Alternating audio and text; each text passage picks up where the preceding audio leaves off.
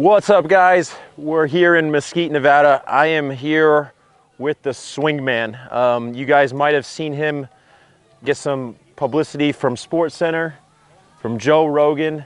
Yep. And all of it came from kind of your unique way of hitting a golf ball. Yeah. So talk about the no-walk step, is that correct? Yes. Yeah. Talk about that and talk about the evolution of how you kind of came about it. Yeah, I mean, it was, I grew up as a baseball player, so that's kind of my background. I play golf here and there. I could always hit the drive pretty well. Yeah.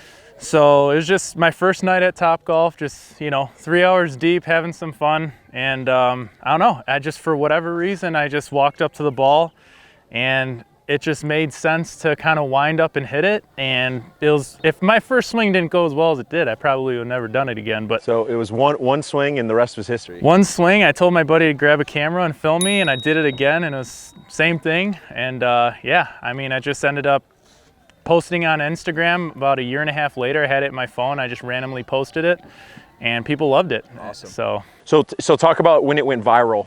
Anyone cool reach out to you? Yeah, I mean, for the most part, it was, just getting on SportsCenter was the big first kind of hit that it got. So, and then there's other big channels too, like Wave TV and stuff on Instagram that kind of shared my video, and then my channel started blowing up from there. I mean, I was doing pretty well with my baseball side of it, doing impersonations and stuff. And then, yeah, just those bigger channels just started blowing it up even more. Most ridiculous thing I've ever seen in my life. This guy. He jacks it. God damn. He didn't even really run up to it. He's called the swingman. Yeah, That's well, what I'm saying, he doesn't run up to it, but he picks his leg up. Yeah, it's a weird, watch his move. See that? Boom! Bro, if you go there's to a bunch of videos of him. Awesome. So talk about it. How much faster is the no-walk step than your normal swing? So right now, my normal swing, I'm right around maybe 140, 141 club, and I've gotten it up to about 212 to 213, where my step I've gotten up to 147 and 222. So I'm a good amount faster with the step, and for whatever reason, as far as how I do swing, it takes a lot of stress off my core. It's a lot of legs involved in my swing, so I could repeat it over and over a lot more often than my golf swing. So you're seeing about a 5-mile-an-hour increase in club speed. Okay. So now, and we do apologize, we're not gonna be able to hit any balls today. They are out picking the grid. We just got done competing at the first Prolonged Drivers event of the year. But what we're going to do is I'm going to have Jeremy kind of walk you through a tutorial of what it takes to do the no-walk step. So go ahead and take them through this and kind of talk about how you do this, things that you're focused on, and kind of your thought process. So if I was here teeing up, basically my normal setup is I almost pretend that tee is about 2 to 3 inches closer. So I set up here, and this is where my back foot starts. So I have to start a little off the ball. Okay, so you set up against the ball, and then so I used to, when I went to my first Worlds, I would set up here and then I'll just drop step back like that. Okay. But after doing it over and over and over, I just realized that I basically just line up as if that tee's closer here. So it kind of sped up my whole setup routine. Got it. So my back foot would plant there, and I drop my left foot back. So you're keeping the right foot in the same place. Right foot in the same place. And from here, I pick my target, I get my shoulders lined up, and then my first motion is to basically balance over my right side. So I transfer all my weight onto my right hip, and I pick up my left leg and I swing it out this way. So after I swing it out that way, as I bring my leg back, as it meets the club, that's when my club goes back. And for me, I'm not as flexible as some of the other guys. So being able to take the club further back by being on one foot and pivoting allows me to extend my backswing. So once I get to that point where I'm balanced back here, as that leg starts coming forward, I keep those hands loaded and create that rubber band stretch. Yeah. And then from there, because I'm able to create more of a stretch than usual, then everything comes through. And after I hit, I push off of this leg and back onto this leg, and I spin off of it. So there's never any real tension on decelerating through my core. It's all through my legs. on that deceleration. Got it. So there was two key things that you said there. One, you feel a huge stretch through the transition, which is something that I feel and a lot of people describe, especially guys who have club head speed.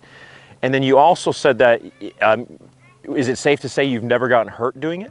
Yeah, I mean, guys always knock me for how many swings I take at the range, but you know, if I took my normal golf swing that many times, I would absolutely feel it in my back and my core.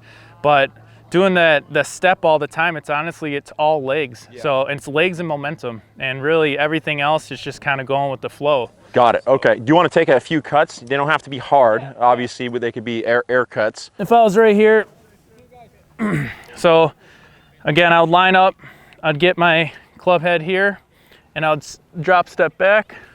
So from here, I'll just keep that left shoulder on.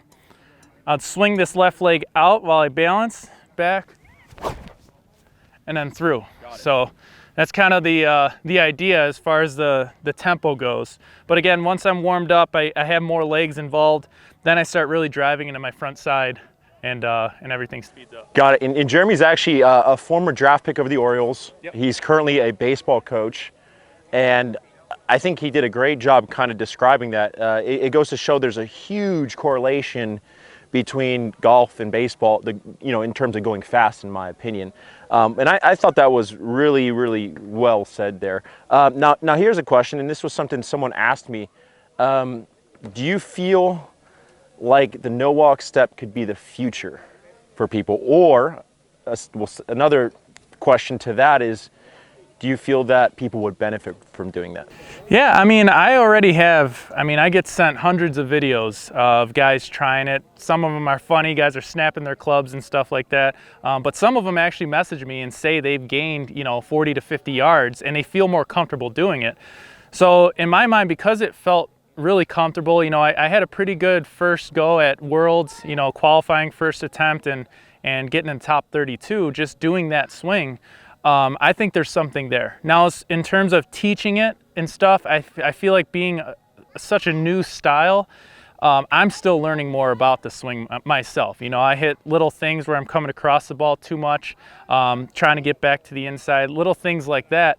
In terms of teaching it to other people to make it beneficial for them, that's still in question. But I absolutely think that in terms of body movements and the swing itself, I think it might make more sense for some guys to make that movement. Got it. Now, last question. Obviously, we're playing long drive. We get 6 balls. Do you try it when you play normal golf?